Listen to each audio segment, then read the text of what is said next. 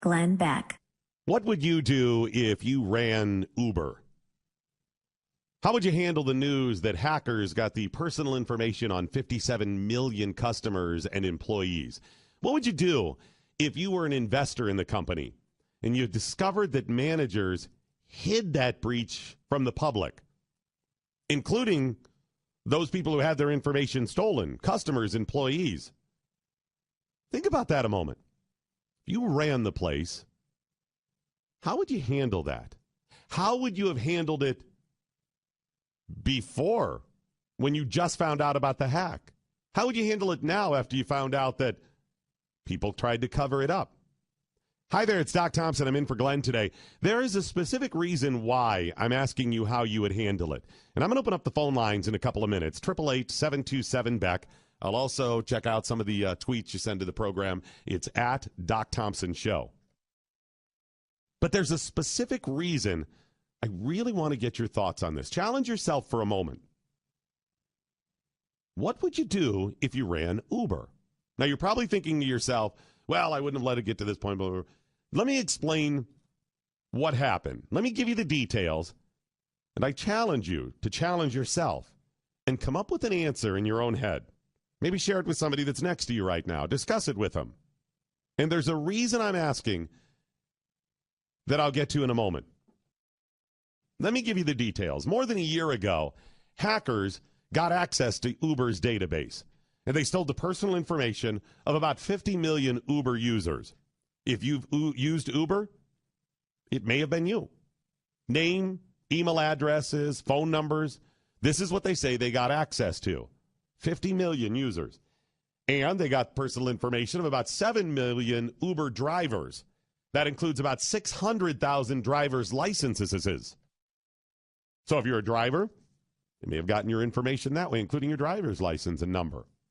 Now, they claim that no Social Security numbers were breached, no credit cards were breached. They didn't get that information, but come on. Come on, they got all that other stuff.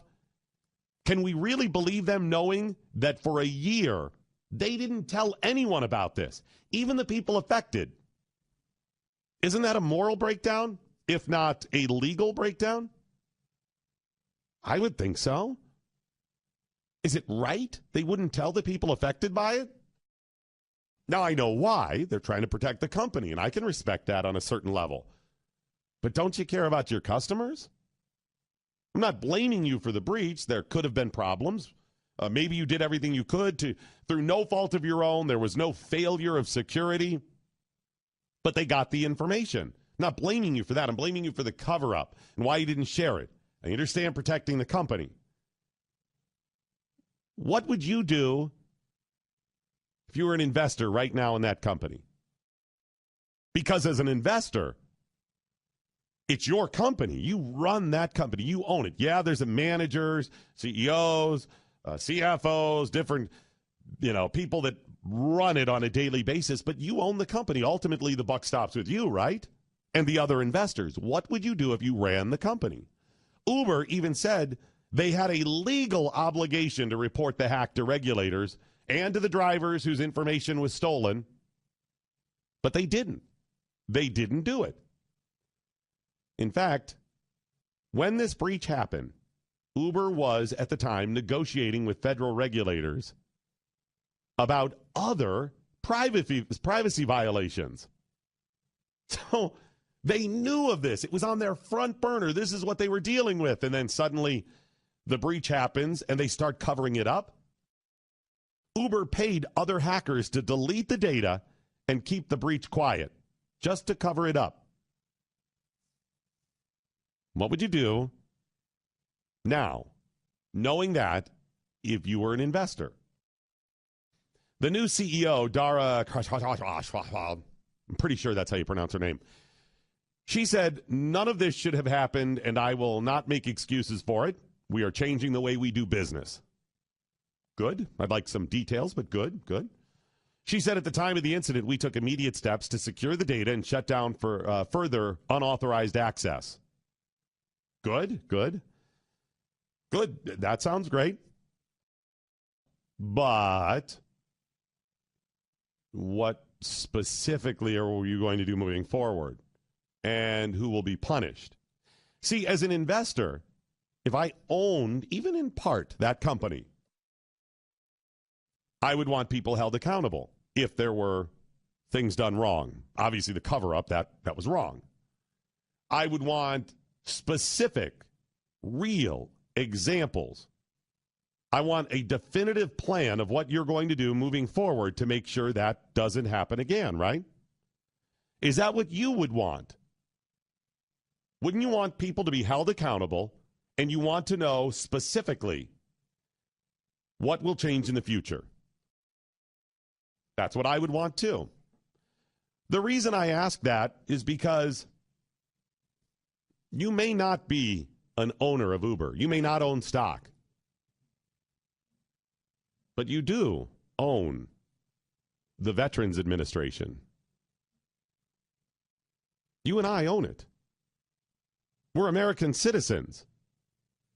We have a contractual and moral obligation to do what we said we would do, and that is to care for veterans. And I bring that up because the Veterans Administration has failed far more and continues to fail far more than Uber ever has. The Veterans Administration exposed millions of veterans' information repeatedly, over and over again, over the last 15 years or so. They have done virtually what Uber did. Again, whether they were hacked, the information. One point there was a database stolen. Over and over again, the Veterans Administration has been sloppy. Uber may not have even been sloppy with it. The way that theirs was breached, two hackers got access to a private coding site. So maybe they were sloppy or not. But the Veterans Administration has been irresponsible and sloppy. You own that company. So if you said what I would do if an owner of Uber, I would make sure people were held accountable, and I want a plan in the future. Who has been held accountable? What is the plan for the future? Over and over again, the Veterans Administration has failed us. But it's far worse than breaching private information. There is a new Inspector General report this morning about the Veterans Administration. And it confirms, among other things, that the Veterans Administration facility in Denver has been lying about wait times that track mental health care. How many times do we have to read about this as the owners, the people who are ultimately in charge of saying what is right and wrong within our government? How many times do we have to hear about these stories before we actually hold people accountable and before we actually get a working plan for the future? This has happened over and over again. Most recently, a former VA employee by the name of Brian Smother claimed that the staff in Denver kept separate lists. The same thing that we had. We heard that before. Over and over again. Chris Cruz of the Morning Blaze joining me as well, who is a combat veteran, having served both in Iraq and Afghanistan, who suffers with PTSD, who has had his ankles replaced. Chris, over and over again.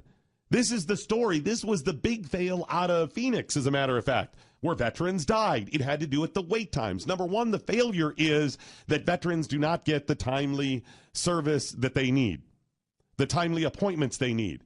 But then covering it up, they covered up the wait times and had a separate list. It's infuriating. I don't know what else it takes. How many times do we have to hear these stories? And not just that, I tried, Doc. I'm not the most healthy person out there. And well, I think anyone that listens to the Morning Blaze knows that. Exactly. And one of the things, I had an issue with my heartburn. I get heartburns in the morning, and it's frustrating. And, I thought it was something. But it's chronic, and Yes. it's almost debilitating. The amount of heparin, Exactly. right? So I was like, you know what? I want to get this shot. I don't want to have an ulcer or something wrong with me because my body's telling me, hey, there's something wrong with you. Too much acid. It's right there, right? Exactly. I called the VA in Orlando, Florida, and I was like, hey, I'm scared. The syntax is no longer working. What can I do? You got in and out, right? Yeah, you can come in. I was like, oh, good. Thank you. Good job. February of the next year. And I was calling. Wait, what? Were you calling in January? No, I was calling in July of the year before. So you called in July, and they said, great, come right in February. In February. Wow. For something that I'm worried because I got heartburn every single morning. Like excessive. Excessive. I'm talking about, and then medication says if it prolongs 2 weeks or more, please contact your doctor because it could be something serious. So they said, this is happening, and if this happens for more than 2 weeks, contact your doctor. Yes. And you contact, and they're like, great, February. We'll see you in February of 2017. Hey, wow, that's good. And I was like, are you kidding me? They're like, oh, we're busy, but if somebody cancel, we'll call you. Who's canceling when everybody's backlogged 9 months? I was like, nobody's going to cancel. This is infuriating. Think about when I asked you about owning Uber. Maybe you own a business. What if your kids acted this way? What if the guy who cuts your lawn, maybe you're not a business owner, but you employ people to do things from time to time around your house, your veterinarian, your dentist, whatever it is. If this is how they treated you and your information, you would demand accountability. And you would demand an answer moving forward, or you would what? No longer do business with them. I think it's time we no longer do business with the Veterans Administration.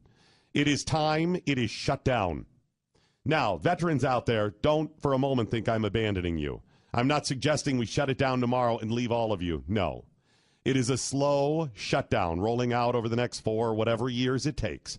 At the same time, offering veterans another plan where the United States government, and by that I mean American citizens, pick up your health care fees. That's it. There's the solution. We don't need all of these people working within the administration. We don't need levels and levels of bureaucracy. We need money in the hands of those veterans so they can get an insurance policy and go to the doctor. There are doctors everywhere.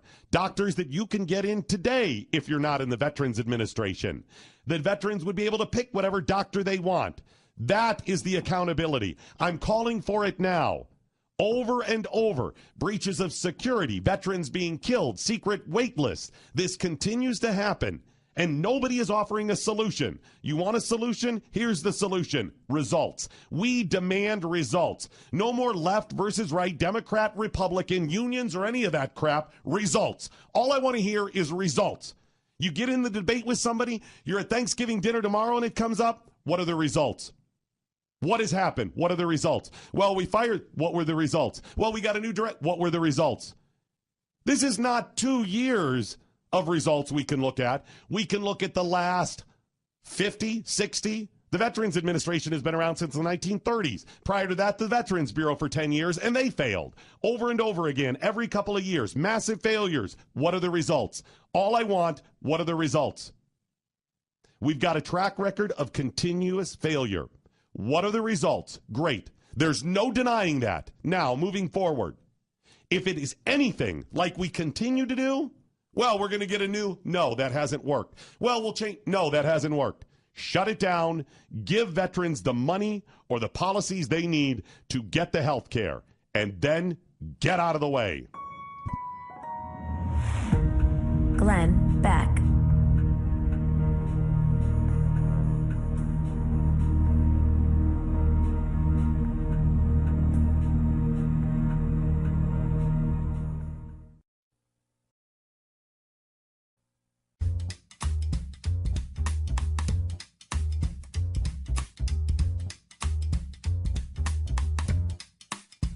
Glenn Beck.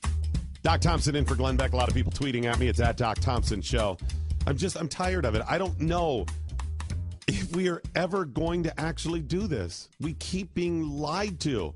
And for some reason, even though most Americans, without question, support veterans and active duty military, We just are not holding them accountable. Maybe it's not as juicy as a story as Harvey Weinstein showered naked in front of people or Charlie Rose showered naked in front of people. What is it? What is with these showering naked in front of people? Why was that enjoyable? Whatever happened to this normal... fondling somebody, right? Groping. No, I'm going to shower, and I want you to watch I want you me. to watch it. I'm not endorsing any of it. No, I don't want to touch you. I don't want to touch you. That's disgusting. just an ever level of creepy. Just stand there and watch me shower like a normal person. An extra level of creepy, right? That's just, all right. No, I'm not. All of that's wrong, of course. It's just particularly bizarre. I just don't know what it's going to take. So let me give you the basic background to this. The former VA employee said that there was a secret list being kept, and the IG report confirmed, yeah. So what that means is it's impossible to know if the veterans who needed referrals for group therapy or other things actually got it in a timely manner.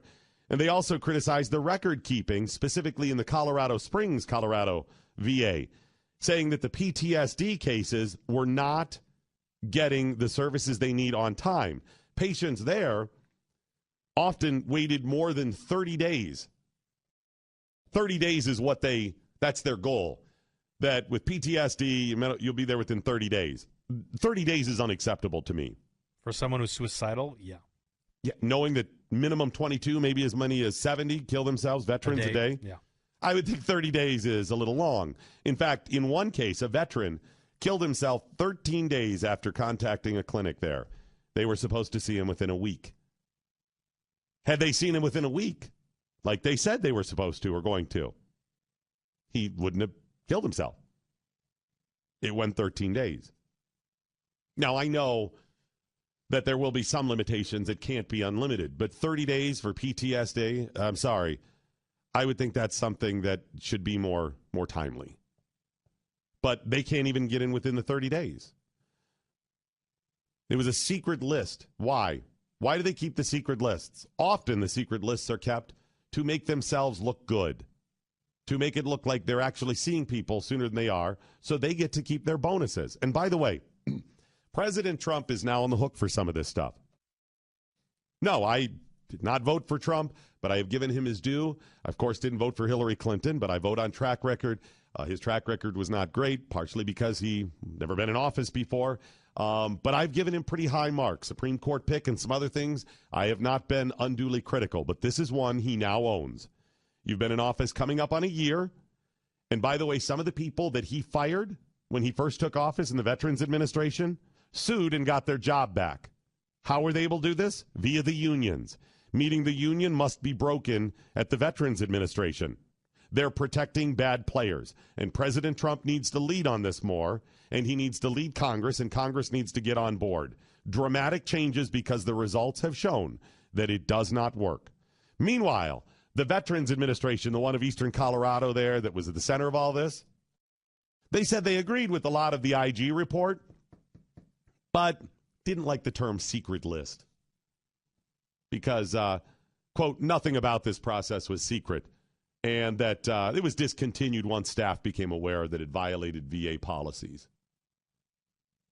Once they became, who doesn't know that's going to violate policy?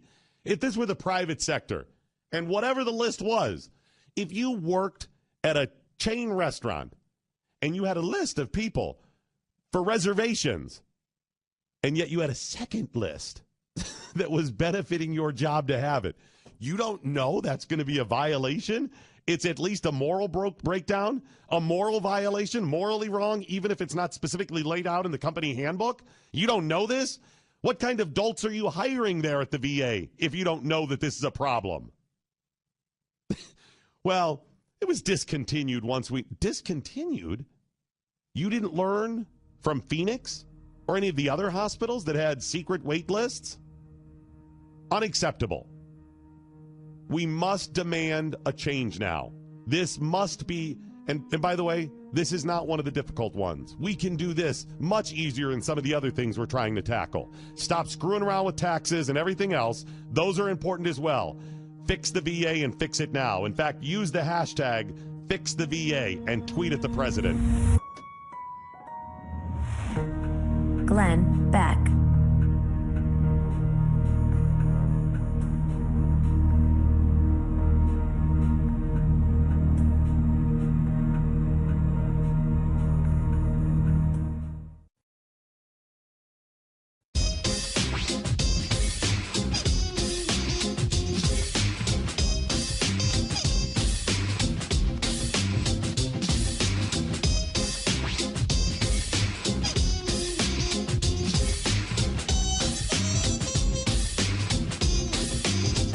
This is the Glenn Beck Program.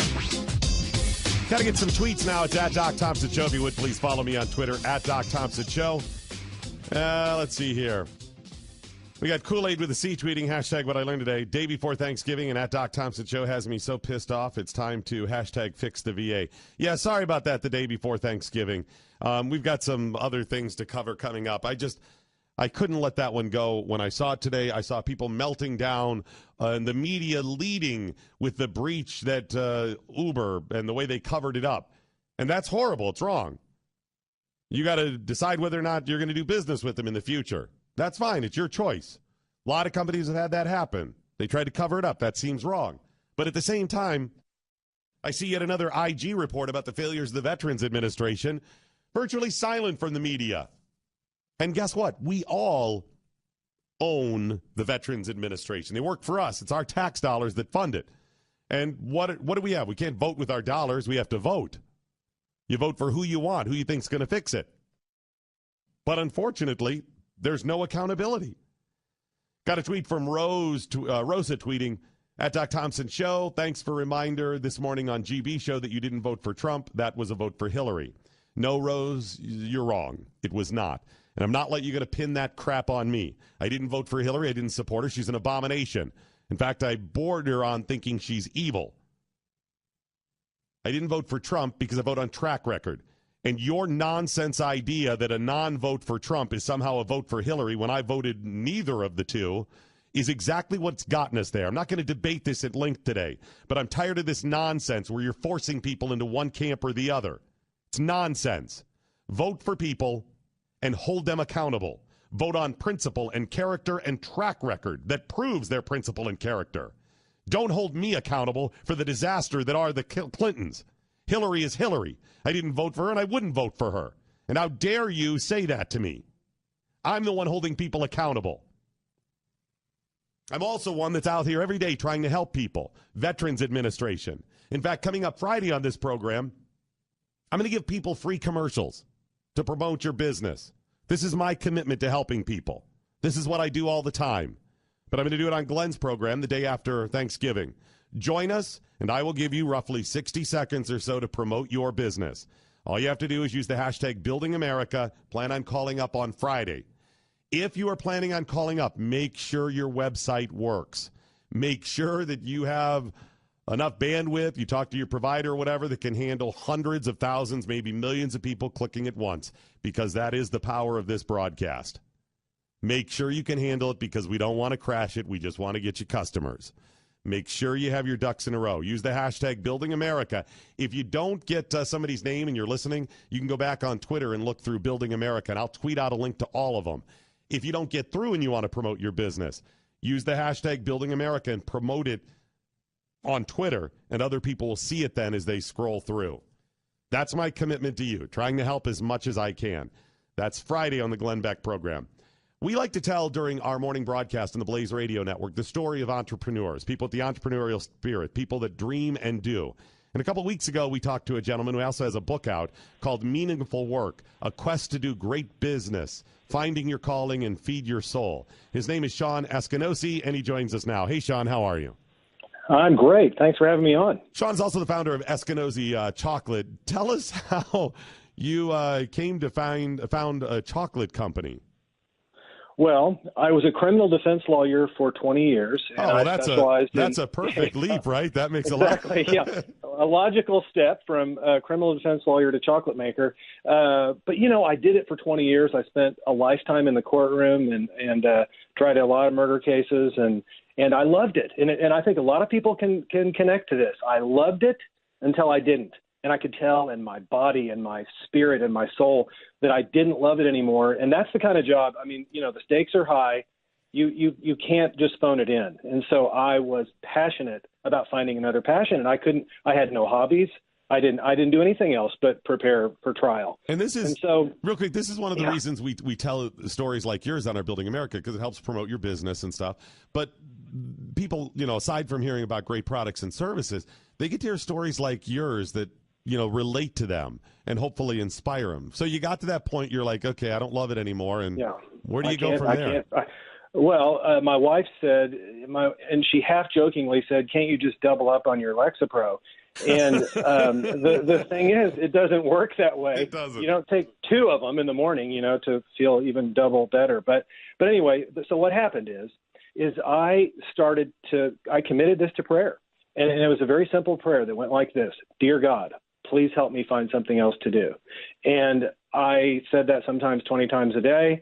And the thing is, and this is what the book is about, and I think a lot of people understand, they know they want to do something else. They know they have a skill set. They know that they have this idea, but they can't figure out what it is. They don't know, and we're sort of inundated with information. Google now gives us this thought that everything is open to us, and so we're paralyzed. And for me, and this may sound a little counterintuitive, but here's what I did. And I think this is appropriate for Thanksgiving. As this hard-charging lawyer, not thinking about what was the greatest sorrow in my life, which was my dad's death when I was 14. He was my hero and a lawyer too, and he died of lung cancer, and it was the most sad, sorrowful time in my life. And I never really had a conversation with that sorrow, with that grief. And so my daughter read this book to me out loud called Tuesdays with Maury, and it just changed my life. And I started trying to work on grief. And so I volunteered at a local hospital in their palliative care department. And for almost 5 years on Fridays, I would go visit with patients who were dying. And here's the thing. This is the paradox. It was in those moments of not thinking about me that I was able to have space for this idea to start this business of chocolate. That's where it hatched. That's the mystery of serving others, not thinking about yourself.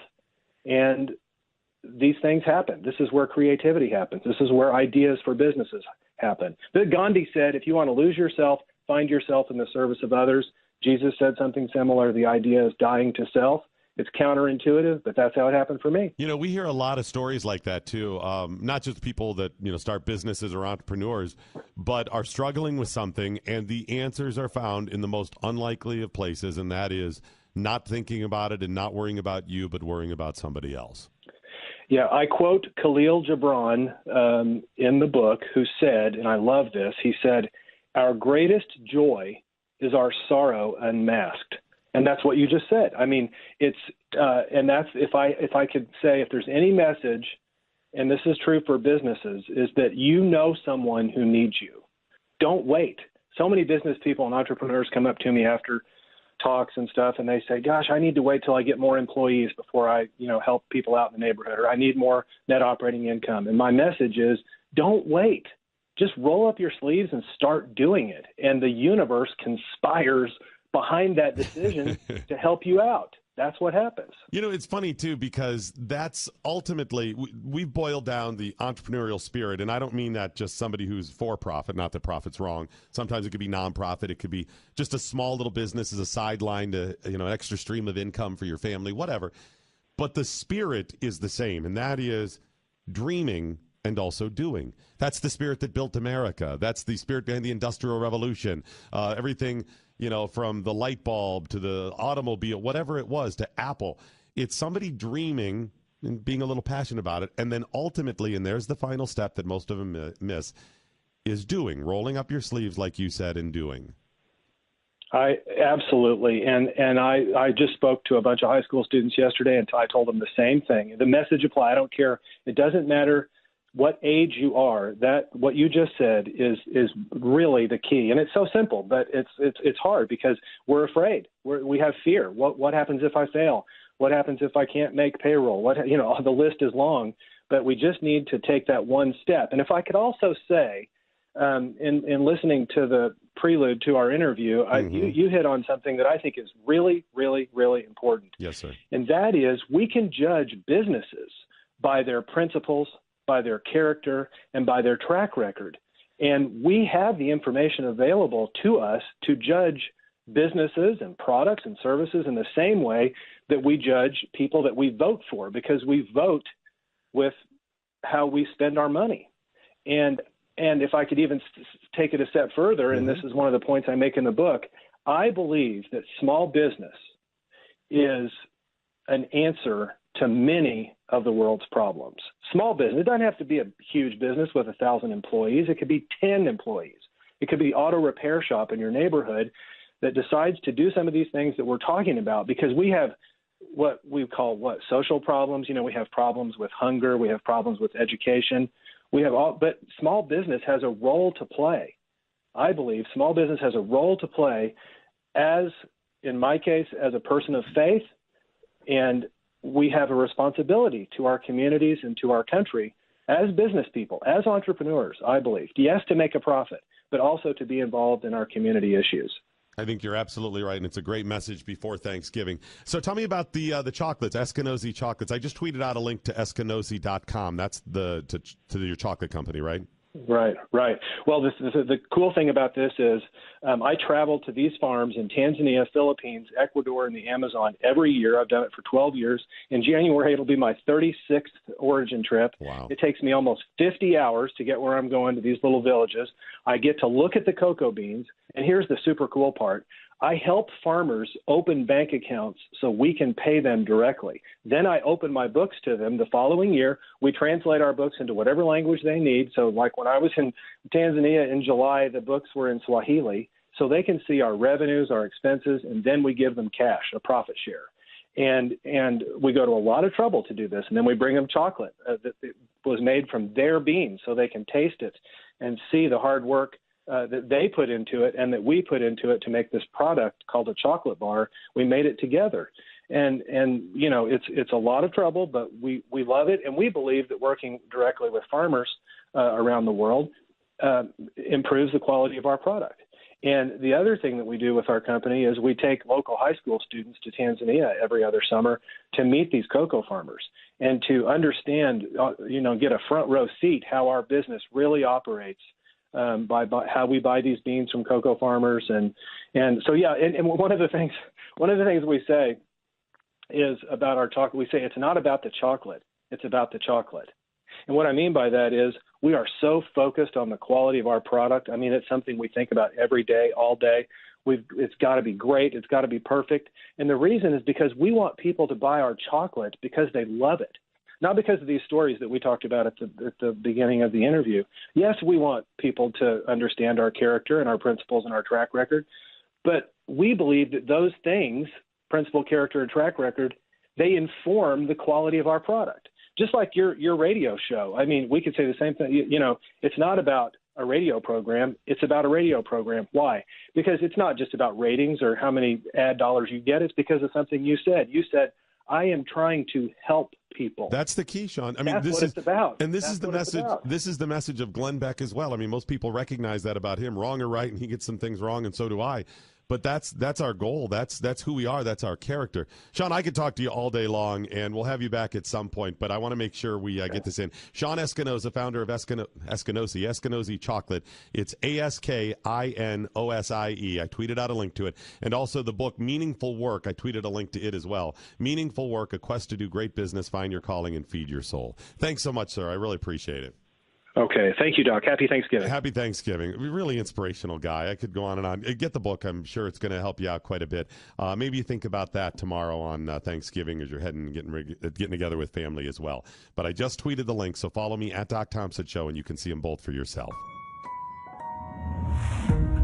Glenn Beck.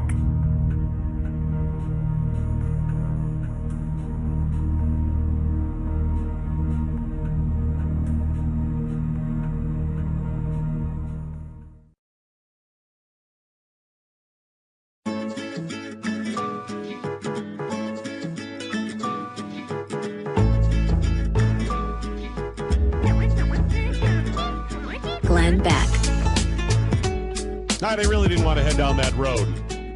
I really didn't want to go down the two-party system today, the day before Thanksgiving.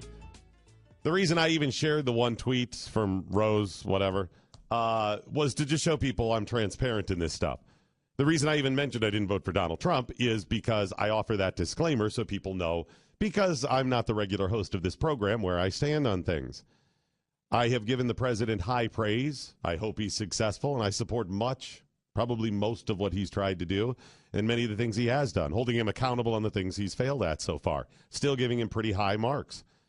But the reason I mentioned I didn't vote for him was so people understand. Offering full disclaimer, nor did I vote for Hillary Clinton because they don't know my track record. I don't host it every day. And a lot of people, unfortunately, misunderstand and want to make this about an election. And should we vote for one of the two main parties? You're wrong if you believe there's only two candidates for president. And if you enjoy only having two people to choose from, the progressive Democrats or the progressive Republicans they offer you, good. But do not blame me because I voted third party. I always vote. Don't think I was saying I didn't vote. I always vote. I just don't always vote for, in fact, I never vote for progressives. I vote for some Republicans when they're not progressives. I do not support progressive Republicans. Track record proves who people are. It shows me their character. If you want to believe that, well, it's the only two viable candidates and use words like that when justifying a forced vote between one of the two, then you know you're wrong. Well, it's the only one who has a chance of. If you have to say that, then you know you're wrong. If you choose that system, which continues to give us crappy Republicans to choose from, then good. That's your choice. Do not blame the failures on me. Glenn Beck.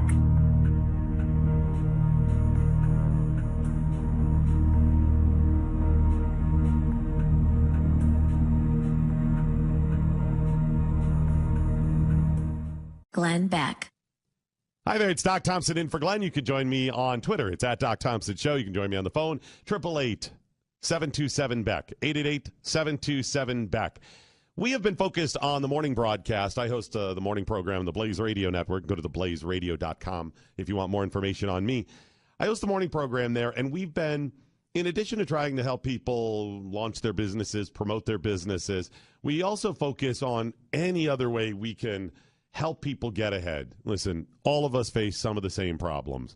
Trying to make sure we have enough money to sustain our lives, the people we're trying to help in our family, provide for our children, maybe schooling.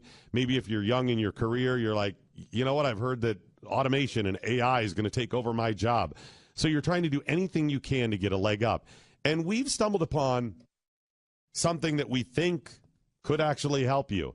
Of course, there are risks involved. But even if it doesn't help, I think it has it, or even if this is not the exact way forward, I think it has some of what's likely to come in the future. So we've been following it and tracking it, and that is cryptocurrency. There are dozens and dozens, maybe hundreds of cryptocurrencies out there. There's a couple of big ones, and maybe you've heard it.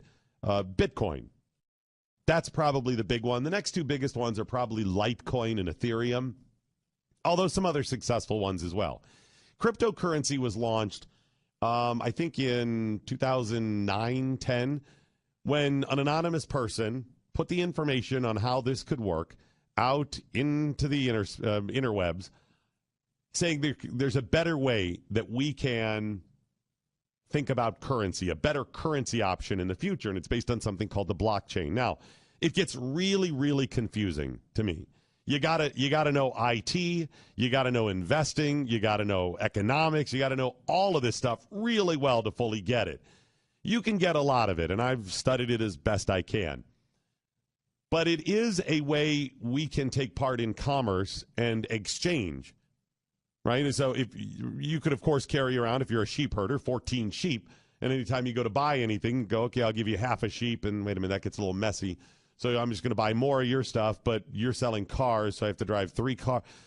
You can't carry the stuff around, hence the reason currency was started in the first place. The currency in America, American currency, used to be backed by gold. So you were carrying around dollars, but you could get gold at any time. It was the gold standard. Dollars were backed, the individual dollar was backed by silver. It was a silver certificate. If you look at old dollars prior to like the 1950s, it'll say silver certificate at the top. And then we were taken off the precious metal and gold standards, and now your paper money is backed by the full faith and credit of the federal government, meaning nothing. It's backed by the fact that we will exist and they'll always make sure it's sound. Well, if you look at our now $20 trillion in national debt, hundreds of trillions of dollars in unfunded liabilities, a continuing debt or a deficit every year, politicians that overtax and overspend at the same time, how bright do you think the dollar looks? Now, I doubt it's going to tank tomorrow, but long term, not a formula for success. Cryptocurrency, I think, is going to be it. It may be Bitcoin, it may not. Joining us now is Eric Finman. Eric Finman is a teenager. You 18, Eric? I just turned 19. I'm old now. Oh, you're getting old. You're an old man now. Turned 19. Eric got in on Bitcoin early on and has made himself quite a bit of money. And it's something that is a passion of his now, and he has quite a bit of information on it. We've talked to him on our morning broadcast, and I think he's somebody worth hearing from. Is Bitcoin the future?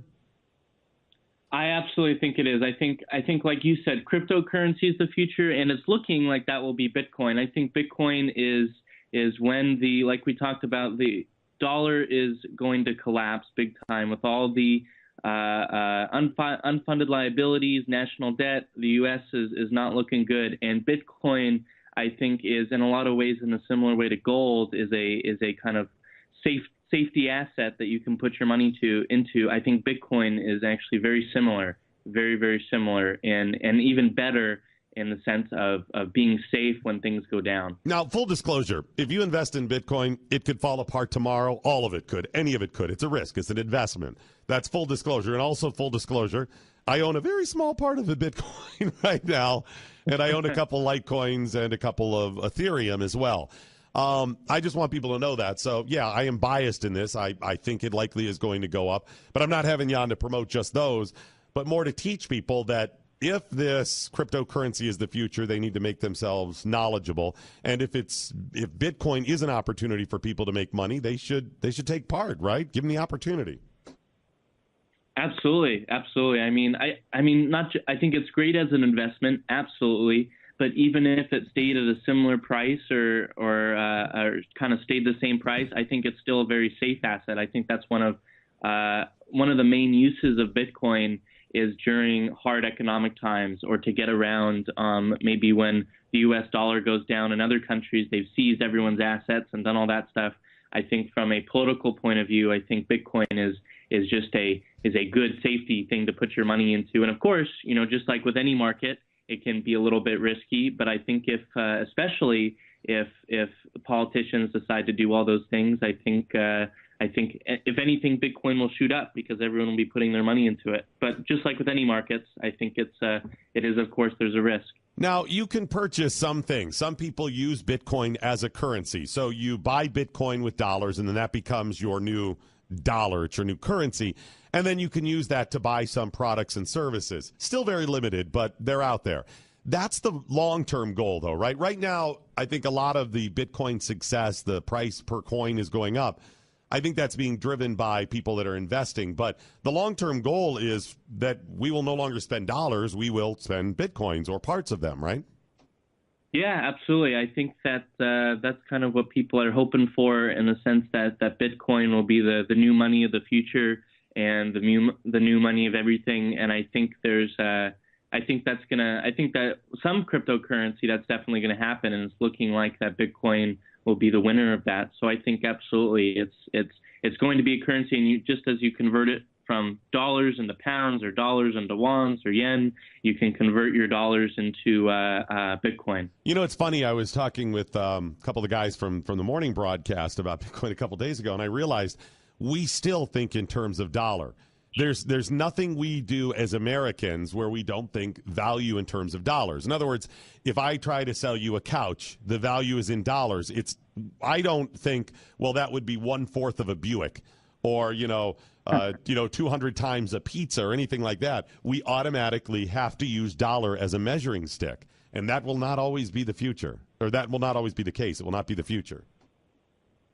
Yeah, I agree. I think that's one of the problems with Bitcoin, is that you have to say a tenth of a Bitcoin, and a tenth of a Bitcoin can change and all that. So I think maybe if the only use case of dollars that will be left in the future might be just as a unit of measurement for Bitcoin, which would be ironic. Okay, now tell us your past. How did you get started in this? And then I have a couple of questions about the future.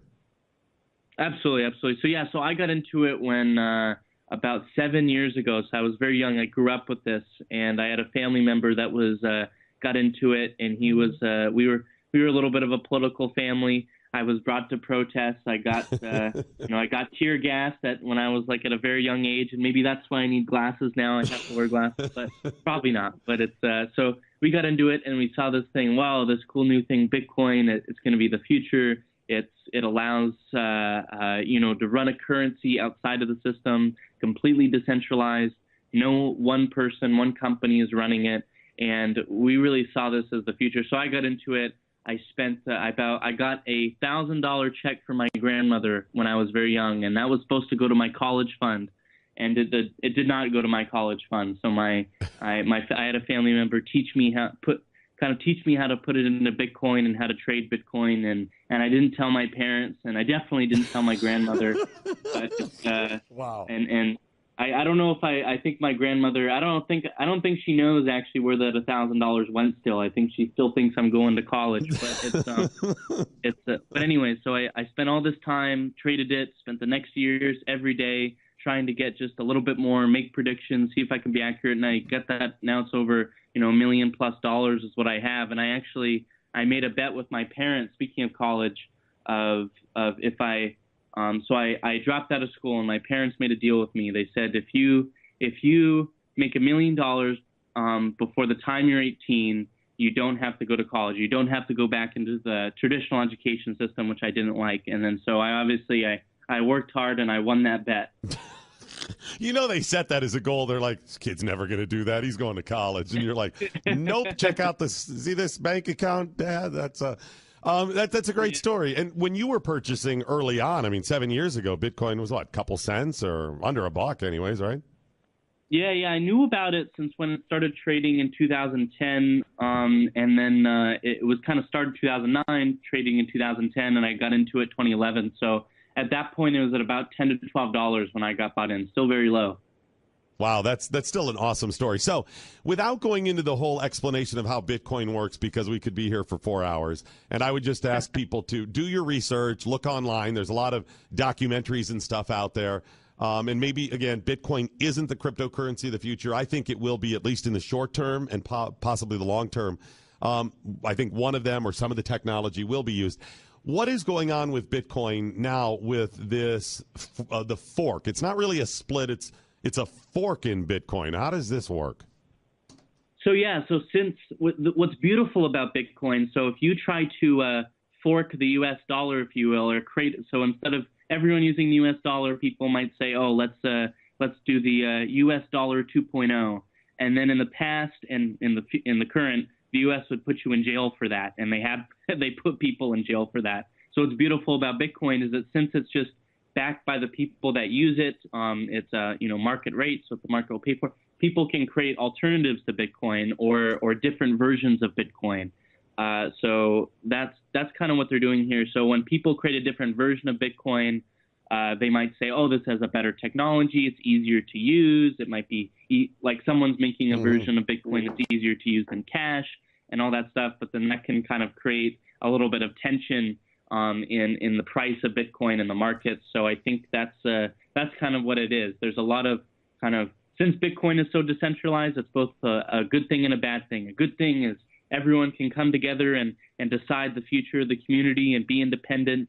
And then also, that can sometimes hurt it and help it in many ways. Let me explain, try to come up with a similar scenario to make sure I understand. So since it's user-based, so there's not one Mr. Bitcoin saying how things are going to be. It's user-based. Yeah. It would be like me and you saying, and a bunch of other people getting together and say, we are going to create our own coin, this own coin out of rocks or something. We're going to chisel each one out of rock, and we'll all use these to take part in currency. I'll sell cars with them. I'll accept, those rock coins, this physical thing for cars, and you're making pizzas and take them for that and so on and so forth, and we exchange them. And then one day, my buddy Patrick comes along and goes, I have these rock currencies too, and I still work in the community, but I think it'd be better if it was made out of metal or out of fabric or whatever it is. So he starts doing those. Is that kind of it? You're talking about a different technology, but still within the same community? Yeah, absolutely. So someone might say, oh, well, the metal is lighter than the rock, and then they have to convince everyone to go over to the metal. I see. That's a good description. It's Eric Finman on Twitter, ErikFinman on Twitter. Is that right?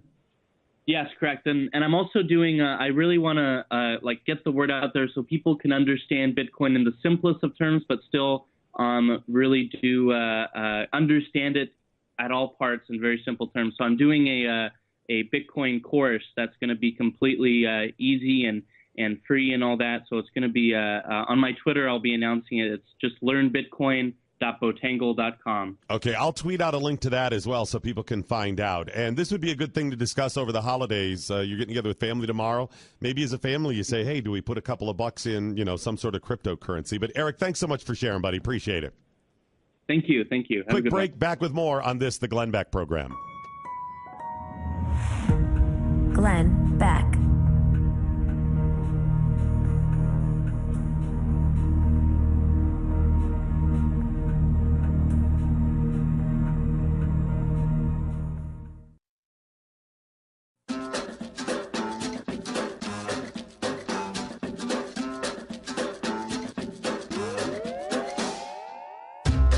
Glenn Beck. All right. I hope it works out for you. Check out the cryptocurrencies out there. Do your homework. That's the reason I wanted full disclosure that, I have a little bit. If you're looking for a site to use, I've used Coinbase. I think that's what Stu has used. Cal, what's the one Glenn uses? Zappo? It's pronounced Zapo. It's X-A-P-O. Oh, X-A-P-O. There are different limitations and restrictions on these different sites, but that's one you can check out and use. There's probably other ones as well. I'm sharing the ones that we've used because I know them.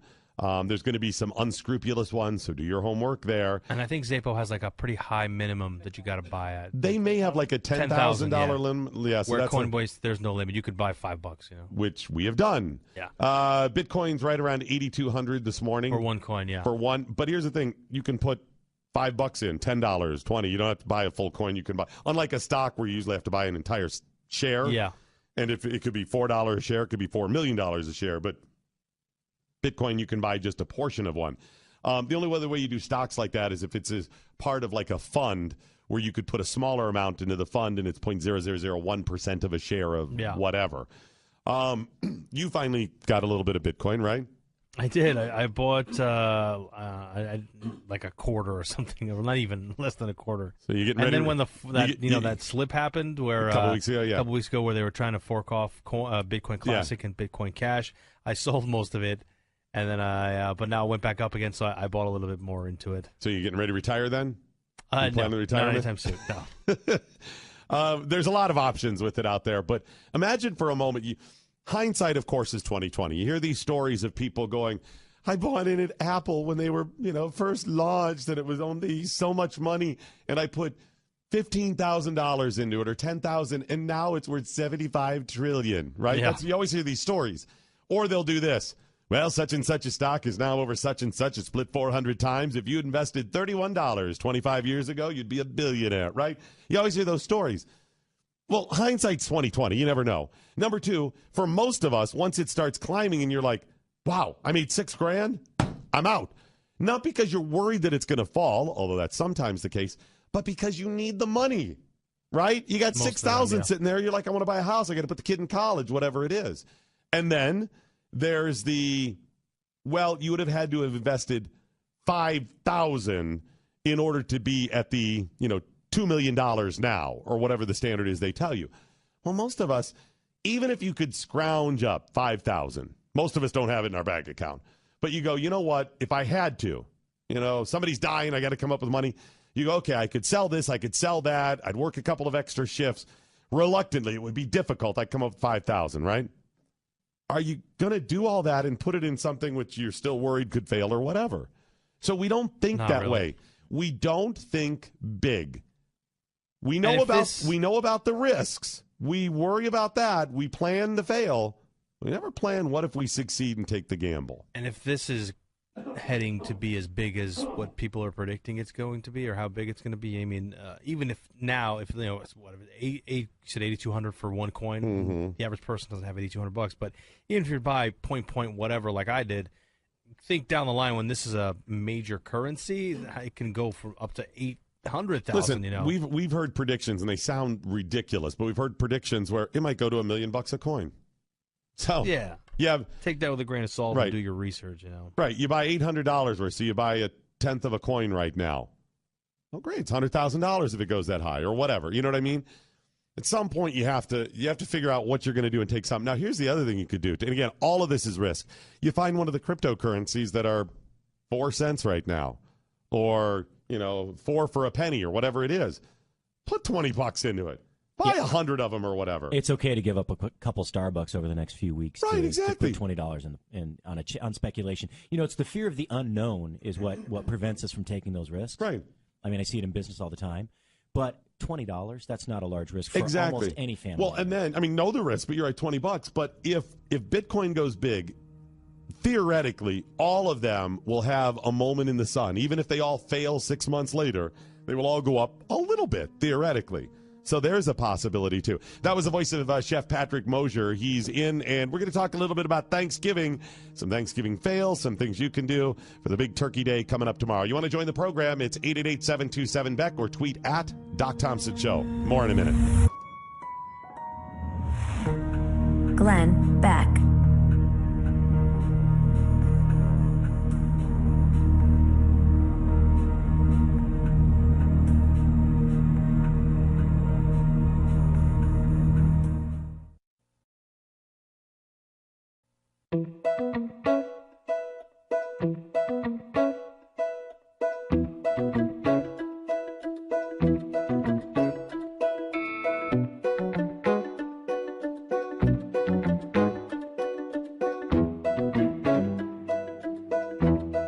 This is the Glenn Beck Program. It's Doc Thompson in for Glenn. Thanks so much, and happy Thanksgiving. I've been remiss in getting to my phone calls. Let's go to line 44. Kendall in Arkansas. Thanks so much for holding. How are you? How are you, sir? Hey, Buck. Happy Thanksgiving. Thank you, sir. Listen, I'm a 20-year retired U.S. Navy veteran. I'm also disabled. Thank you, sir. And Thank you. If you can figure out how to fix the VA, you'll win the internet. Because, I think I'm VA, on some of it. I think I got a little bit of it anyway. The VA is like the Death Star. You just don't walk up. I've been dealing not with a medical situation, with an administrative situation for 4 years. Incredible. I've gotten my congressman involved, my senator involved, the DAV involved, all these people, and all the answers they can get me are the same answers that I get until this past summer. The president started the White House Veterans Hotline. And if you call that phone number and explain your problem to them, they will get somebody back to you guaranteed within 2 weeks to help you with your issue. That sounds awesome. Has it worked? Well, it's helped me somewhat. Mine's kind of a difficult situation because it's dealing with 2 children. But I have a friend of mine who is a Vietnam veteran.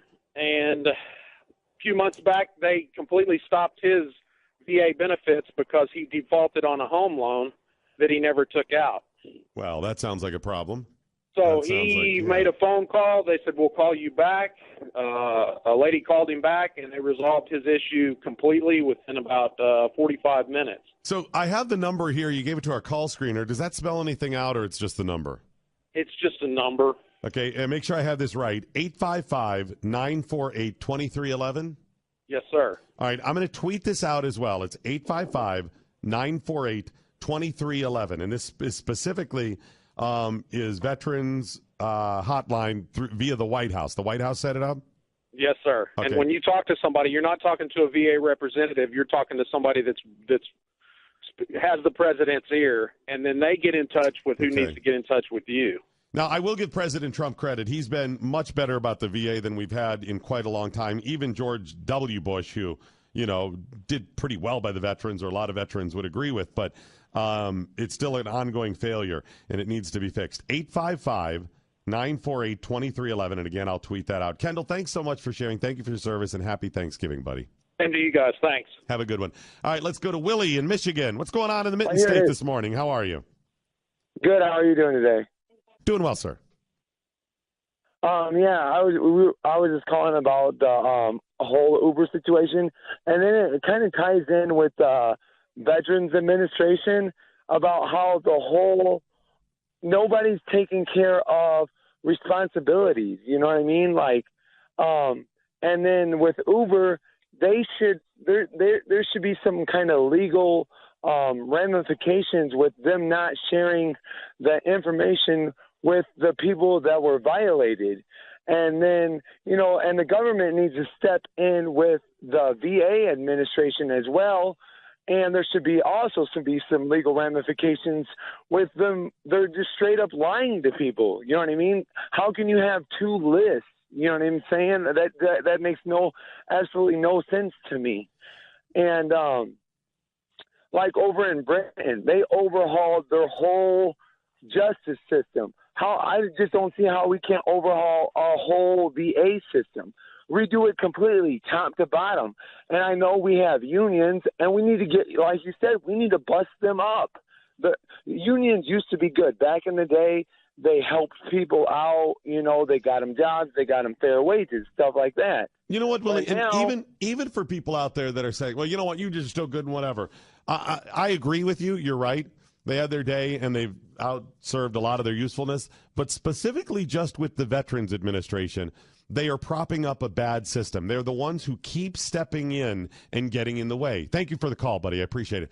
In effect, what they've done is they've managed to force the hiring back of failed people who didn't just fail at their jobs, but actually killed veterans. I would think that's a violation of what you're trying to accomplish, your stated goals at the Veterans Administration. It's 180 degrees. It's the worst that could happen. But for some reason, they were hired back because the unions were able to push that kind of power. It needs to go away. And the way you do it, don't even get sucked into we've got to privatize. That's essentially what it is. But that's a scare tactic when most people say it. You don't want to privatize it, right? Forget all of that. The Veterans Administration's budget continues to increase. Not that it's not worth it. We should make sure to take care of them. We just need to make sure we get the biggest bang for our buck. And anytime there's a problem, they say, we need more money. It is not a failure of money. It's about $180 billion a year now.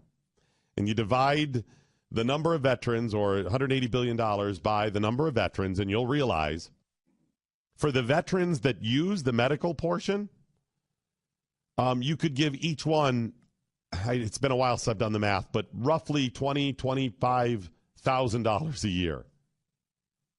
You could just, here's a check, go buy your insurance plan. And if it were for all veterans, even those that do not use the medical right now, it's $12,000 to $15,000. Okay, that's pretty good. By the way, a lot of that budget that we currently spend goes to worker bees and people working in the facility. And then you sell off those hospital systems or whatever, and you recoup some of the costs. And what do? You put it to the veterans. I mean, there's a way to do that. People mention TRICARE on Twitter and the little health card you get. That seems like a wonderful plan. Give them the card. Use it wherever you want. Go and get your own. The problem is you're duplicating some services. I would rather have that than just the Veterans Administration. And the other problem is that card was, when it first was pushed, was not able to be used everywhere. And there are still some restrictions. You have to be so far from a veterans hospital or a facility. There's some restrictions to it. Essentially, we expand that, and then we use the shutting down of some of the veterans facilities, or all of it eventually, to fund that. So in the long run, over the course of years, you get veteran. Here are your benefits. If you have not seen the movie Thank You for Your Service, it's probably still in some movie theaters out there. Look for it this weekend. Thank You for Your Service. It's the story of veterans who come home from combat on the battlefield one day as important men and women, saving lives, responsible for multi-million dollars worth of equipment, and lives literally in the palm of their hand, with a goal, doing good in the world. And the next day they're at home, back to their lives that have changed, sometimes spouses having cheated on them or left them, with people in their community that treat them as uneducated and no skills. And they suffer from PTSD and traumatic brain injury. And what they go through, and it's not sensationalized, it's just true. We went to see it with our buddy Chris Cruz from our morning broadcast, and I thought it was amazing and powerful. Every member of our government should see it. The president should see it. It should be mandatory viewing. Everybody at the VA should see it. But if you're a veteran and a combat veteran, I got to caution you because it's likely going to trigger you. Triggered our buddy. It's just powerful. See it. Thank you for your service, if you want to understand. I'm tweeting out a link to the hotline that the guy just gave us. If you want some solutions, and we always try to talk solutions with some of these problems, with all these problems, I have a blanket solution for you. An unlikely or unexpected solution. Tomorrow, and what tomorrow represents, Thanksgiving, is really the solution to a lot of our problems. Think about all of the issues that have cropped up in the last 10 whatever years, especially when it comes to the social justice warriors. The strife on college campuses, the kneeling at football games, the disrespect and the claims of people being treated poorly, and the divide, and it's not equal, and safe spaces, and Antifa, and all of this nonsense, right? If you take a moment, not just tomorrow, but every day, and count your blessings, realizing what you truly have to be thankful for. Now, a lot of us do that anyways. You may do that on Thanksgiving. You say, Doc, I do it all the time. I go to church. I count my blessings. We say it before we eat. Hey, what are you thankful for this year? But when you really focus on it, and the more you focus on it, many of those other problems simply melt away. If the people that are out there masked being shipped in by George Soros to college campuses demanding safe spaces, waving Antifa flags, if the football players kneeling during the national anthem, if they really counted their blessings, those things wouldn't exist. Those protests would go away. See, when you count your blessings, there's a natural prioritization of everything. When you say, yes, I was pissed off because that lady in front of me in line wouldn't hurry up and I have things to blah, blah, blah, blah, blah. And I do it all the time. I am, Cal, I don't know if you know this, but I'm impatient. I have noticed. Okay, a little bit impatient. When you really count your blessings and go, oh, I have a job and I'm going home and I'm going to be with my family. And none of them are terminally ill right now. And you know what? We're able to pay the mortgage this month. And we have a car. And you start going down the list. All of those things you realize are not on your top million list. Being thankful is the key because it naturally prioritizes. All of you snot-nosed brats on college campuses that think you're put upon. You want to know what put upon is? The characters represented in the movie Thank for Your Service. Those are people that really have a lot of crap heaped upon them because they did something for other people. They did something for you. They carry these burdens, the physical and mental scars, and will carry them forever, struggling every day because they did something good. Count your blessings that you don't suffer what they suffer. You don't have to deal with PTSD and traumatic brain injuries. You don't have to think every second of the day, am I safe? And have struggles in your relationships because you have seen some of the worst of humanity. Count your blessings. Be thankful. And all of those other things that you're currently pissed off about just don't matter. Back in a moment with more on this, the Glenn Beck Program. Glenn Beck.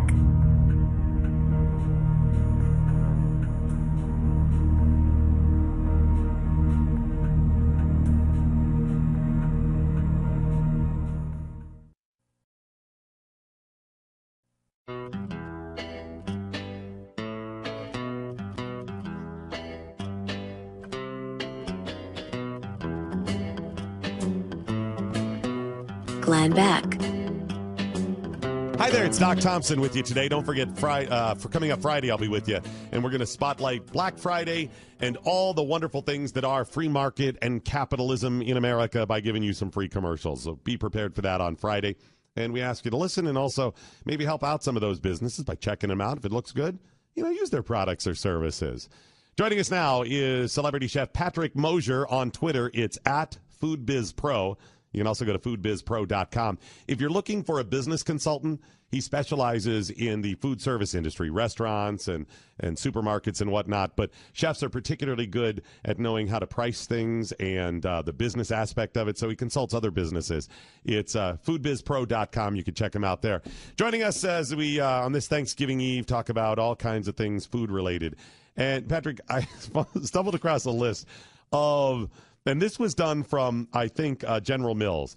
The most popular Thanksgiving food in every state based on social media posts and research, right? Yeah, so what they do is General Mills, they track all of the Google searches within each state during the holiday season, and then they look and see which one is the most popular search. But here's what's funny about it. The things on the list, some of them are not what I would think Thanksgiving, topic or typical Thanksgiving fare. I mean, some are, and then some are really weird. So you got some things like Alaska, cinnamon rolls. Okay, I guess that could be breakfast, yeah, type of thing. But so you have Alabama sausage balls. Do we know what those are, by the way? I'm going to take a guess Everybody that they are like, ground sausage rolled into a ball and either baked or fried in a pan. I would think that, but I've had a like an appetizer that someone called that one time, where you take dough and sausage, uncooked dough but cooked sausage, just wrap it around it, just mix it in your hand, just smash it in your hand, form it into a ball, put it on a pan. So it's just dough. That actually might work. And you can do that with, you can add cheese to it and then spices or whatever, too. So maybe that could be that. Alaska, you said cinnamon rolls, shrimp in Arizona, which is ironic for a couple of reasons. Because it's Arizona. State. Yeah, landlocked state. And then number two, I guess maybe an appetizer or something, shrimp cocktail. Arkansas, chicken and dumplings. Yeah, I'm surprised it's not squirrel and dumplings. Or turkey and dumplings. Love good dumplings, but that seems like an odd one. Mac and cheese for California. Okay, Colorado, cranberry sauce. At least that's traditional Thanksgiving. Yeah, butternut squash soup in Connecticut. At least it's squashes, kind of. Maybe not in a soup form, but yeah. Sweet potato casserole in Delaware, sure. Pumpkin cheesecake in Florida. You snobby, arrogant people in Florida. Okay, how much? What happened to just pumpkin pie? How much more plain can you get but mashed potatoes in Illinois? Yeah, but mashed potatoes are so good. Idaho, you got biscuits, crescent recipes in Hawaii, and sweet potato casserole in Georgia. More of this and Chef Patrick Mosier next. Glenn Beck.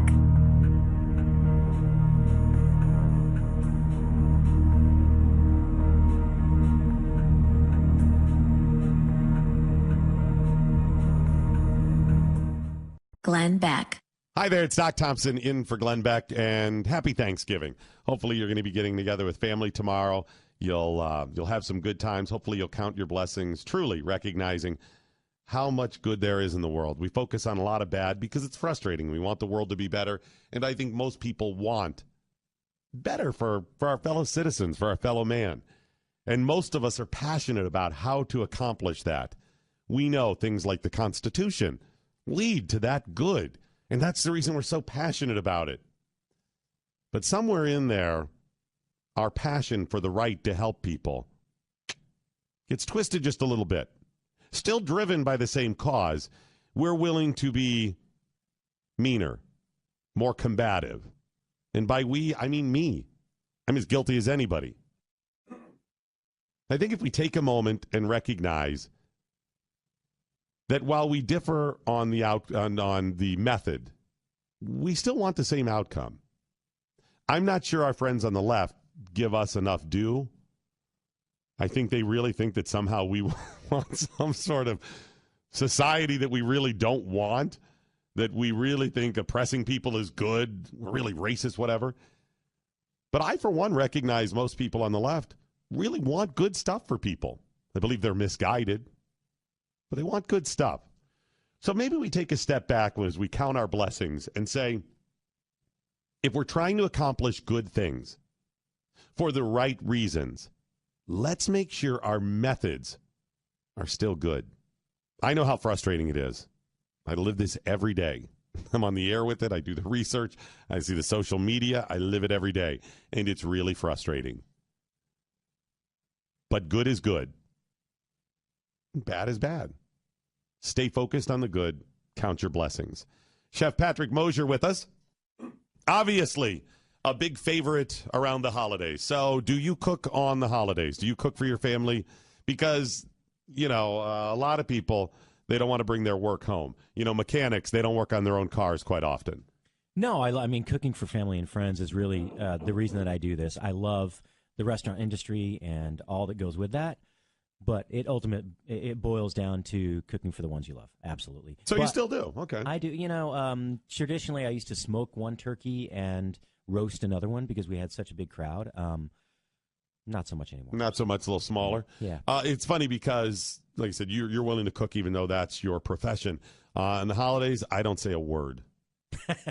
I'm like a mute. I don't say a word. I get up in the morning. Okay, everyone knows that. In fact, it's just the opposite. It's the same stuff here. I'm doing the same stuff at home. I'm challenging people. They're challenging me. Political debate. I actually love good, solid political debate. So, it's family and friends. I get it. But it's interesting. Entertaining. Yeah. Now, when you are out and about, let's say you're at a gathering, a cocktail party, you go to dinner with friends, whatever it is, and you're introduced to new people. You're mingling. When they find out you're a chef, they start asking you, don't they? Immediately. How do you make I make this. Have you ever? How do you with the? What's your specialty? Exactly. And when I say Japanese food, it's interesting. Because they don't know what to. White guy, Japanese food doesn't compute. Plus, most people do not have a go-to Japanese dish other than sushi. They don't know any other Japanese food. Right. Or miso soup. Right. Exactly. So. Or maybe some teriyaki, ramen. something like that. Yeah, right. chicken teriyaki, or the box ramen or whatever. Right. Yeah, I can see that. Because doctors, if they go to a party, as soon as people find out they're a doctor, they're like, I got this right on the back, the shoulder blade is really, can you take a... I have these chest pains, but they're not really chest pains because if I push on it, it feels better. And it's in my arm. It's not in my chest. Yeah. Can you take a look at it? I just, here, let me, whoop, Yeah, just quick, pop in the restroom with me. Take a look at this. They start unzipping their pants. Here you go. Look at this. It's down the side of my leg here. It's, yeah. Does this look infected to you? I know, right? You're at dinner, right? That's got to be horrible. That is so that I do get captured quite often in the food conversation, but... it's still probably pretty good, though, because you're passionate about it. Anyone that knows me knows that I love food. It has been my life for almost 30 years. And I love to share knowledge and my passion for the food industry and teach people that the food, everybody at some point in their life has said, wow, how cool would it be to own this restaurant? Well, it probably would be cool, but it's also expensive, exhausting. Yeah, if you're worth $450 million and you start a small restaurant and you can lose $100,000 a year, it's probably pretty cool. You get to go in and mingle, you own the restaurant. But when you've got to make it balance or profit, that's where it gets tricky, right? It's a 24/7 business. It is the margins in restaurants. The average margin now, I just found out the other day, it used to be 7%. The average restaurant makes 4%. So traditionally in supermarkets, I'm going way back. The margins, was percent and a half, 2%. Yeah, it used to be 2.5 to 3. Now it's still around the 1.5% range. Okay, yeah, somewhere in the 1.5%. At one point in broadcasting, because Telecommunications Act 1996 said that you could own more than radio stations that you used to be able to own. I think at one point you could own across the country like 17 or 20 or something like that. But you could only own one AM and or FM per city. And then that broke down, said you could own 4 AMs, 3 AMs per market. Yeah. And that's what it is. I remember when some of those sold, some of the stations I worked at, the profit margin was, imagine if I told you it was 40%. Would you think that's pretty good? Absolutely. Based on what you're talking about, yeah. 360, they were 70%. Well, more power to them. I'm obviously in the wrong business. No, because The reason it was 70% because they didn't pay Doc Thompson. That's what they're like. It's all right, kid. You can eat ramen. That's by the fine. way, where's my page? Oh, wait. They don't pay me either. That's right. They don't pay either. Whatever. So that has all changed somewhat. But yeah, you just get in on it and it works. So we're talking a little bit about Thanksgiving and some of the other things that people search for by state, and some of them seem pretty traditional, some of them not. Give you some of the other ones, and maybe we'll hit your state here. Indiana, peanut butter cookies. Okay, that's kind of a holiday thing. I could see that. Not necessarily Thanksgiving. Yeah, at least it's a cookie. Pinwheels, that's also a cookie. That's in Kansas. Yeah, chicken and dumplings for Kentucky. Cornbread dressing in Louisiana. That makes sense.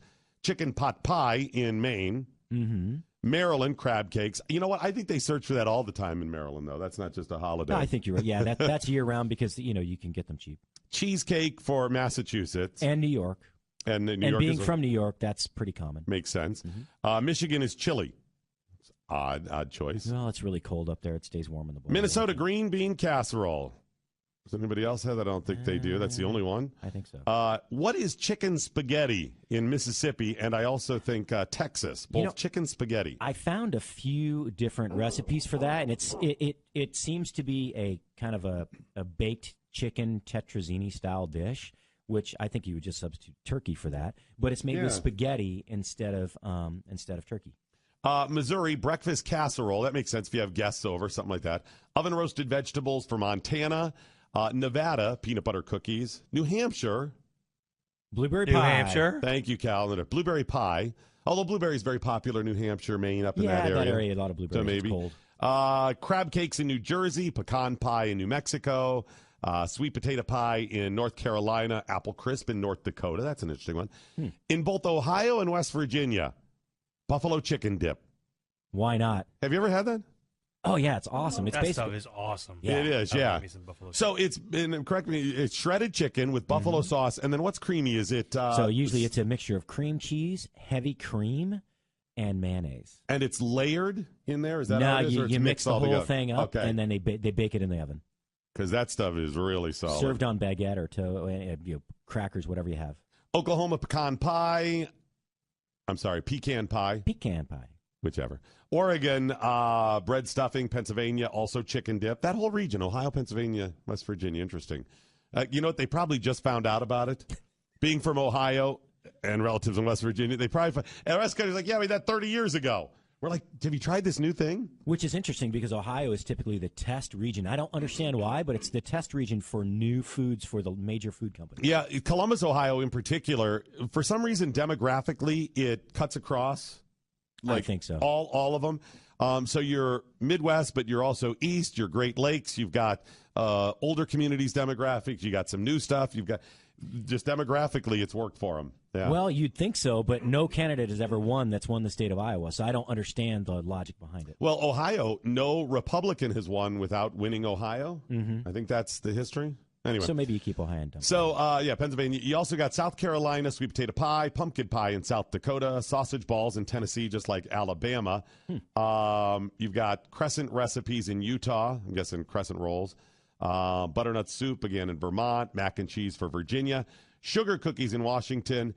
And then shrimp in Wisconsin and Wyoming pork chops. And then I left out 3 states. New Hampshire. No, I'm sorry. New Hampshire? Sorry. Appreciate you being there, even though I screwed it up. Nebraska, rather.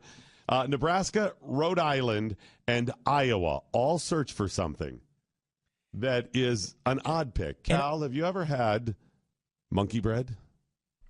Is that brain? No, monkey bread. No, because you're thinking sweetbreads. Yeah, sweet bread. That's what's brain. Yeah. Okay. Actually, it's pituitary gland, but yes, it's close. Might as well be It's brain. made with only part of the monkey, not the entire monkey. You're giving me the look. Am I? Is it like? It has nothing to do with monkey. Rocky Mountain oysters. Well, kind of. So I'll tell you, the Boy Scout, when we were in Boy Scouts, and I was a Boy Scout leader, the boys would call it monkey balls instead of monkey bread. Mm-hmm. But it has nothing to do with monkeys. I don't know where the term came from. And so what is it made of? It's cinnamon bread.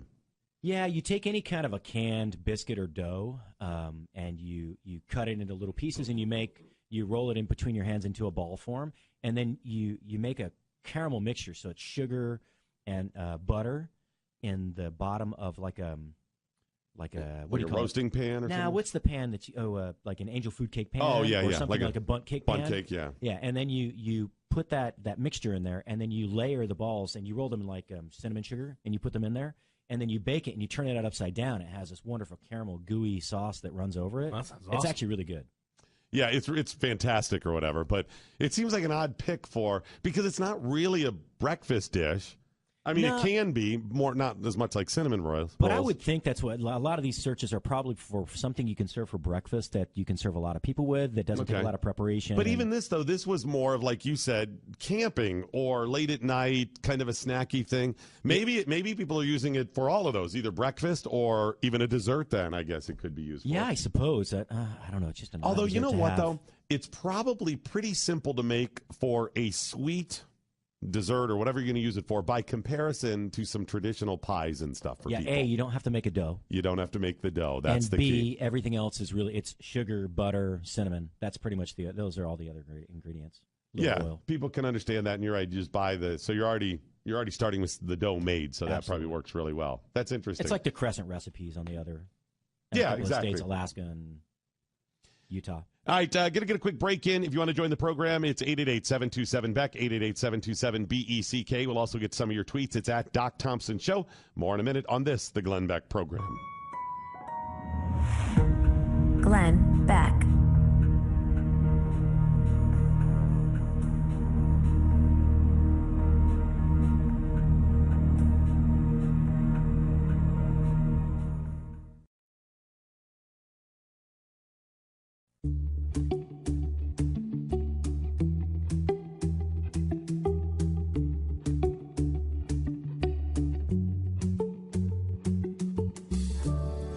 Glenn Beck. Do you have any odd holiday traditions, Cal? Cal joining me now, regularly heard on the Morning Blaze with me. It's Doc Thompson in for Glenn today. Any odd holiday traditions? Are you pretty just standard? Pretty standard, really. Nothing too crazy. Like one, planes, trains, and automobiles, a tradition for a lot of people watching that because it's, Thanksgiving based. He's doing for Thanksgiving. Others would watch over and over A Christmas Story, certain things you watch or doing. So people were tweeting with the hashtag Weird Thanksgiving Traditions. I was cracking up. So one of some meme, it says, "No need to post your Thanksgiving food. We're all eating the same thing." Isn't that true?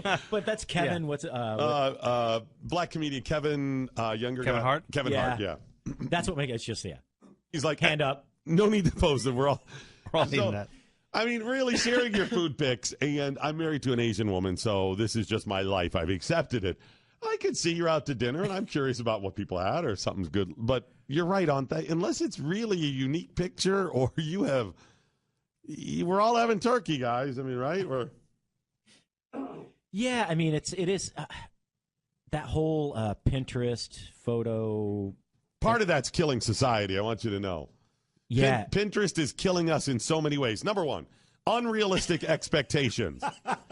You cannot make that stuff. I'm telling you, you can't. Well, some of us can. Yeah, some of you can. Most people cannot. That's what I'm saying. I'm talking to you, meaning, no, you can't. Because 99% cannot make it. It has provided so much free entertainment with the Nailed It, which is really the fail stuff. I mean, incredible what a fail they are. And then people see, I couldn't do it. I'm a failure. And the women spending so much money. And yes, this is primarily gender driven. My wife's got a whole list of Pinterest stuff that she's gonna do one day. So I'm gonna go one step further back. I think that Martha Stewart really set the standard so high that I think she ruined society. I'm gonna love her, but I would say she's culpable in it. Definitely culpable in the ruining of society. Yeah, Cal. My wife tries those things. Here's what happens, though. I can work my way around a kitchen. I mean, I fail at some things, but generally speaking, if I try, it's at least okay. It's okay. It worked. It's edible. It's, My wife starts the project because it has to be for some place we're going. We're going to take this to the Schnozgrasses tomorrow night for their party. And I'm like, what are you doing? And she's in the middle of a failed project. He goes, well, we got to go to the Schnozgrasses. What do you?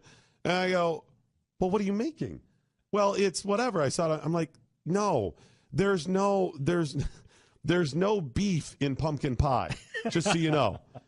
Sorry. What? Just beef broth. Just beef broth. Right, exactly. There's, no whatever. And she's like, well, I thought, and I'm like, okay, There's no hold it. meat in mincemeat, honey. There's no meat in seriously. mincemeat. Traditional, There's no yes. jam in a meat pie. Right. So finally I go, all right, I'll just do it. And then it's last minute. I'm running around doing this and this. So I get she's going to do the projects. She starts them. I actually finish. And then she tweets out a picture. Ta-da! I'm like, okay. So good. I doubt you get any credit in that picture. No, and that's fine. I'm like, can you just tell me ahead of time so I can plan for this? Because I'll actually go out to make sure I have, coconut oil or whatever it is I'm going to need for it. Hey, can I go to celebrity? What was the celebrity excuse generator.com? What was that? Oh, apology. Yeah. Okay. Because Goddess Martha is very powerful. I'm sorry, Goddess Martha, that if I in any way, shape, or form offended you or insinuated that you are the downfall of society. You've been nothing more than uplifting and inspirational to me and all of those in the food industry and those in the general public. I hereby retract my statement fully. Thank you very much. Please forgive me. It was based purely in malice. It was no intent I to. overdosed on coffee and a lack of sleep. We'll just put it. We'll chalk it up to that. Thank you. Cal, what was it your wife purchased? Adult coloring. What? The adult coloring books. Oh, yeah. Wait, what? She bought these adult coloring books. Okay, like for adults or adult? Not like as in just making sure. Yeah, just making sure. For adults. adults. I know you better not now. like, Just okay. No. It's just like you go through a lot of flesh-colored crayons at that point. Right? It's like she bought you don't need the 64 back. You need 2. No. Yeah, these are for adults. No solicit material here. Illicit material. But she's like, I'm like, why are you buying? She's like, these help me relax. I like to color. It helps me. There are groups of adults that sit and color together. Oh yeah, this silence. is a whole thing. They're like really intricate patterns and like it's a thing. And I'm like, you're never gonna use those. Why do you have to stifle me? Why you always bringing her down, Cal? Exactly. Why do you do that to her? Spent like $75 on these books. Hold it. They were ridiculously overpriced. Did she get 1,000 of them? No, I think there was like 4 or 5. They're like each? $30 each. It's crazy. Oh my gosh. Okay. And the set of pencils are very expensive to go with it. And they have yet to leave the bag that they were. So how long ago did she purchase the adult coloring books? Almost, I'd say about a year ago. She's going to get to them? Yeah. She's going to get to them. They help her relax, huh? They do. They help. Every time I'm like, so why don't you color? Well, you have a second child now, I don't have Cal. time, okay? Well, the child was born 3 months ago, right? Well, then why did you buy them back in the day? You don't have time for it. Because they help her relax. Yeah, exactly. Okay, this is adult coloring books. Here's what you do. If you really are driven to color, go buy a $2 coloring book for kids and just color Snoopy or whatever the hell it's going to be. $75 on, seriously, helping you relax. Do you know how much drugs you can buy for that? How much pot? In fact, I do. Glenn Beck.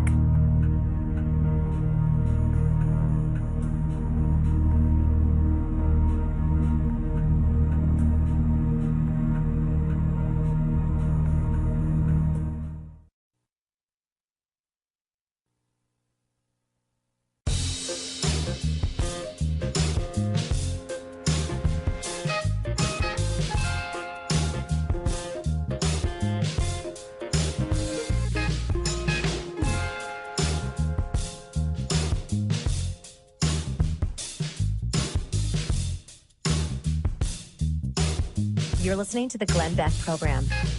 This is the Glenn Beck Program. I'm Doc Thompson in for Glenn today because Glenn is parts unknown, enjoying the time off for the holiday. We'll be with you on Friday as well. We're off tomorrow, but Friday we'll be with you. And don't forget, we're going to be giving you a free commercial on this broadcast. If you have a product, a service, a business that you want to promote, you can't promote somebody else's. We're not talking about something that you found or discovered that's good. It's got to be your business, and we're going to help you.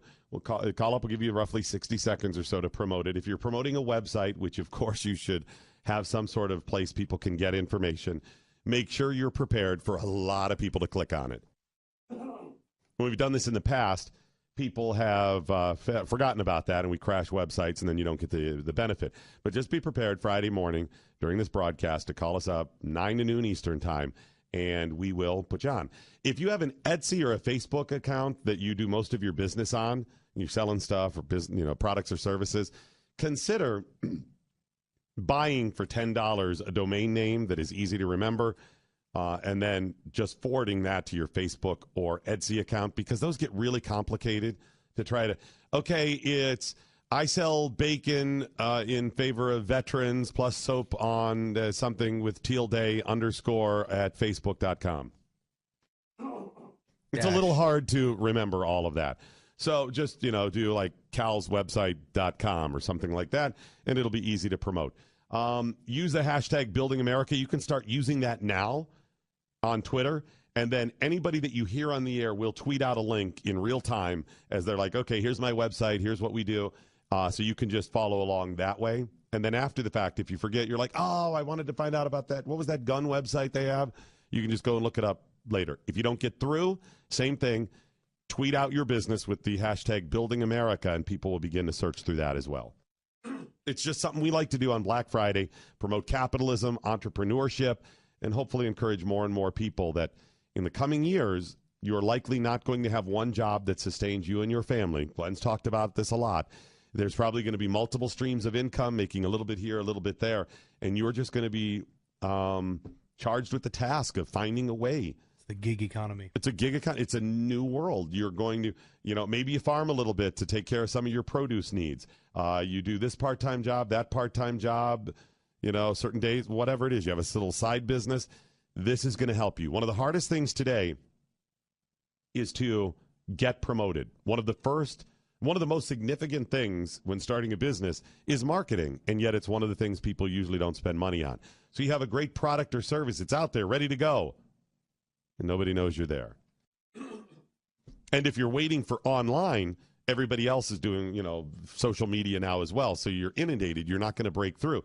At least when you had a brick and mortar store back in the day, people would hang a shingle out, a sign. Oh, there's a new pizza place or Bob's TVs or whatever it is. You're not seeing that now on the internet unless you find a way to break out, right? Absolutely. And that's one of the things I talk about to new businesses all the time is you may have an extremely unique product and a really great target audience that's giant, that really needs your product, but you spend more in marketing launching a product than you do in product development and developing the name and everything, the brand.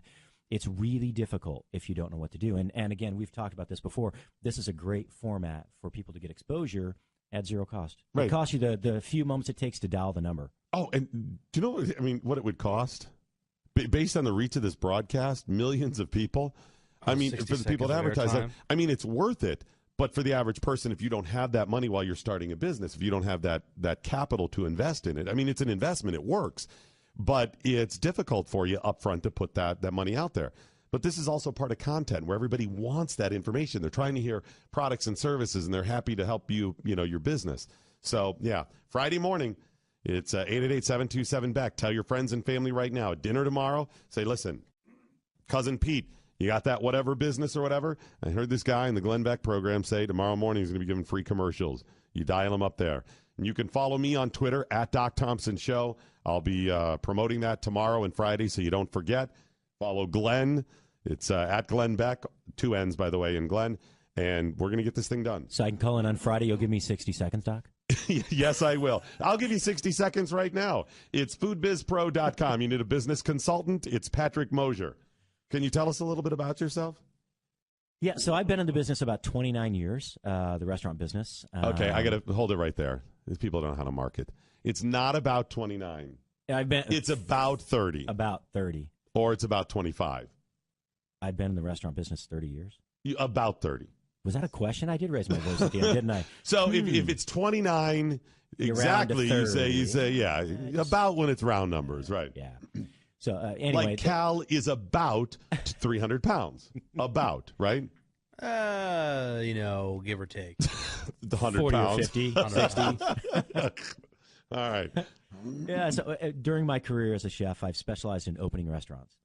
And I realized I have a real talent for that. And I went the consulting route about 5 years ago. 10 years officially, but 5 years full-time.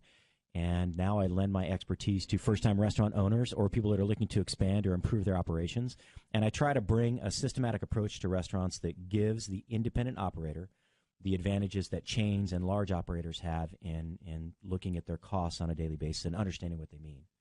and putting systems in place to control those. Patrick also consults for non-food industry businesses as well, or food service industry. So just go to foodbizpro.com, foodbizpro.com, and I'll tweet out a link. All right, finally, let's talk turkey.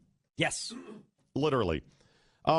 These fads pop up from year to year. Some of them, the deep-fried turkeys and different ways to do turkey and whatever. Some of them work. Some of them are good. Some of them, it's like, maybe the effort isn't really worth it. Turkeys are traditionally pretty simple to cook. Sorry to let the cat out of the bag for those of us that, no, I'll cook, and people think you're laboring away in there. Turkeys are pretty basic, pretty simple to cook, right? They are, yeah. It's just time, right? You need a lot of time, 30 minutes per pound, 20 to 30 minutes per pound, 15 to 20 minutes per pound, and then a way to keep it moist.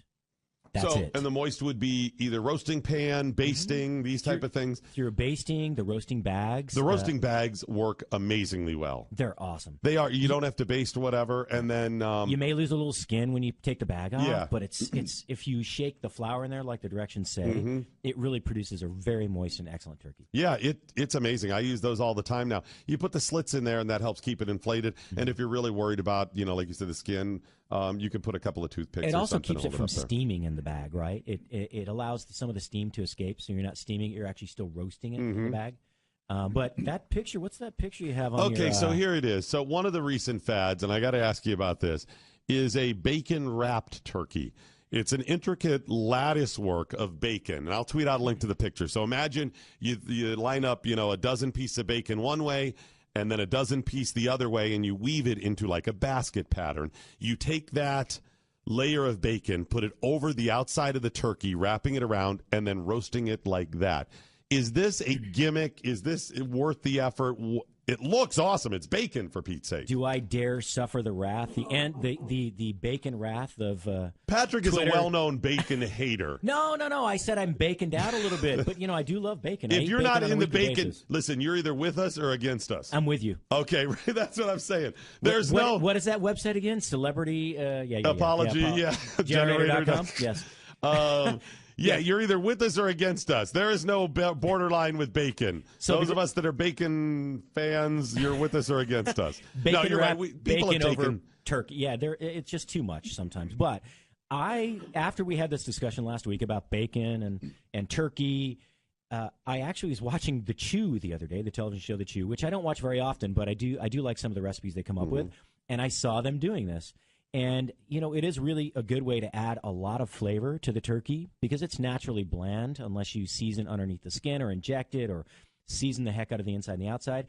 But I could see how this is a natural flavor enhancer, and it bastes it from the outside in because it's rendering the fat from the bacon, and it's just not just dripping off, it's attached to the turkey. So how can that not be a good thing? Yeah, and it completely wraps around the turkey, so you have a natural way to keep the juice in. That works. Would the bacon become too crisp? Because I'll bake bacon sometimes if I'm going to put it in something. It's easier. That, 45 minutes or whatever it is to bake it up crisp like that. You're talking about a turkey that may be in the oven like 3 hours. Yeah, so what I would do is I would actually start out covered so that you're not so either with the roasting pan lid or tent it with foil. Okay. So that you're basting it by rendering the fat but not crisping the bacon, and then maybe the last 30 to 45 minutes. Would that keep it from crisping the bacon if you tent it or something like that? Yeah, because it's keeping the steam inside. Oh, okay, that's what it is. All right. Yeah, that was the first question I have. Now, part of the turkey would theoretically become a little bacon flavored, and there's nothing wrong with that. No. Because it's not going to be enough where it's like, well, I would just eat bacon then. It would just add a little smoky. I would probably try a smoked bacon or something. Would you? Yeah, I wouldn't use anything sweet like the applewood smoked. Get something like traditional hickory smoked. Okay, so that adds a little cured. And if you don't like cured bacon because you don't like the sulfites, you can get uncured bacon. They actually use celery juice to cure it, but it tastes just like regular cured. In fact, let me pause and say, too, when I've been on the Whole30 diet at times, I've looked for uncured bacon, stuff that doesn't have the nitrates or whatever, and even some without the sugar, and it is as good or better. It's really than good. the stuff. It's amazing. There is a couple of brands, but the one that I know is Peterson's. Peterson. Is that with a D, though? Peter? Peter. Yeah. P-E-I-D. Patterson's or Peterson's, yeah. It was with a D, though, but look it up. And I'll tweet out a link to that, too. You can probably find it on there. They have a really good product. I mean, it's going to be more expensive than bacon, regular bacon. It is really good, but though. it is awesome, and it's going to be pretty healthy for you. You don't have to worry about the nitrates in there. Yeah, and something about the antibacterial properties of celery. Works? It cures the bacon in almost the same manner. I mean, it comes out to be. Now, is it as good as a really slow in-house cured smoked bacon? No, but it's a close second. I love it. So if you use a smoked bacon and you wrap the turkey that way, so that would work as long as the bacon's not too crisp, because then you also get the bacon. You'd still be able to slice this off and just have the turkey, or you can have the turkey and bacon together. So Correct. that would all work. One other potential problem: if you're taking the drippings in the bottom of the pan. Now you're going to have a pretty strong bacon-flavored gravy. Yeah, so you may want to have a chicken stock or some reserved turkey stock from the year before out of the freezer ready to make your bacon. Now, it could work. It could work that way. It would work. But just as long as you're cool with a strong bacon-flavored gravy. Yeah, and the turkey gives off, a half a gallon or more of liquid when you're baking it. So there's a lot of liquid in the ratio of fat to, if you skim the fat off, like we spoke about earlier on the morning show, you could skim the fat off and use not as much fat, just make it from the actual juices from the turkey, because there's not really a lot of liquid that comes out of the bacon. It's just fat. All right, Patrick, I've talked myself into it. You gonna do it? I've talked myself in. I may do a second smaller turkey with the bacon to try it, to test it out. I think I'm going to try it. Or grab a chicken, or like I said, a Cornish game hen and try it the first time. Yeah, it'd be cool, though, to do it with the turkey, though. Nah, yeah, you get a 12-pounder. And we like the leftover turkey anyway. So do you think I weave it, like I said, flat on a counter and then lift it up and drape it over as opposed to trying to weave on the turkey? Yeah, I would just do it on the counter, drape it over the top, tuck it under so it's tight underneath, and then cut a hole where the cavity is that you would put your onion in. So you can still do that. Absolutely. Do you think I still stuff it though if I wrap it in bacon? I think I'm avoiding the stuffing. I would not with traditional stuffing, because you're not supposed to do that anymore anyway. So you don't, because the interior of the bird doesn't reach the right temperature. So the outside's really dry and the interior never reaches 165, which is what kills the salmonella. Right. So I would, but I would stuff it with celery, carrots, and onion. But I like the idea of the bird cooking faster. It cooks much slower with the stuffing. And you also have to cook it longer. Absolutely. So this way, I don't have to cook it as longer, so then the bacon wouldn't crisp up as much. Let me get a quick break in. Doc Thompson in for Glenn Beck. Glenn Beck.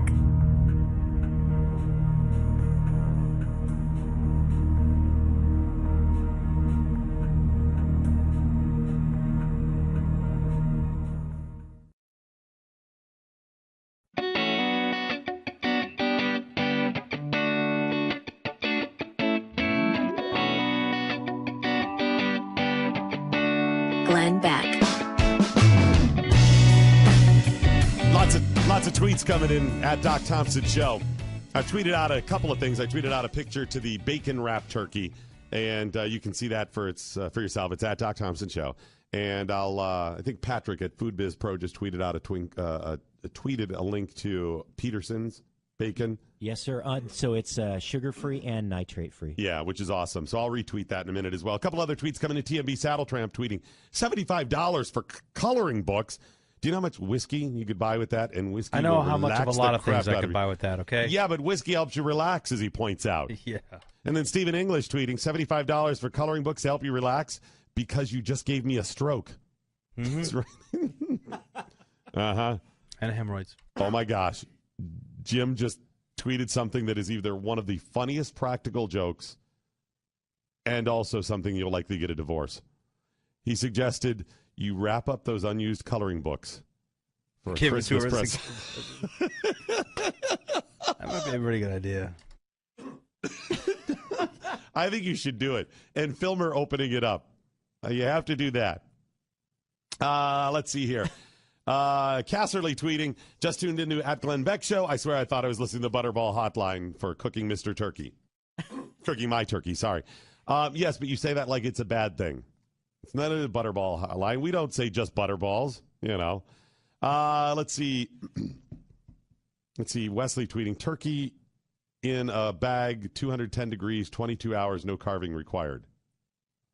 No 22 hours. That seems long. Although he's only talking 210 degrees. Is that a joke? That I? You know, I don't know. you know what? Actually, if you can, 210 is like smoking temperature. For Yeah, most maybe that's meats. what he's going for. All right. All right. Have yourself a happy Thanksgiving. My best wishes to you and your family. I hope you will take a moment and count your blessings. I think that's the key to the future. And make sure to make your plans now to join us Friday morning on the Morning Blaze, theblazeradio.com. We'll continue some of this discussion, tell you how the holiday went, and then Glenn Beck program on Friday. Free commercials for you on Black Friday. Happy Thanksgiving.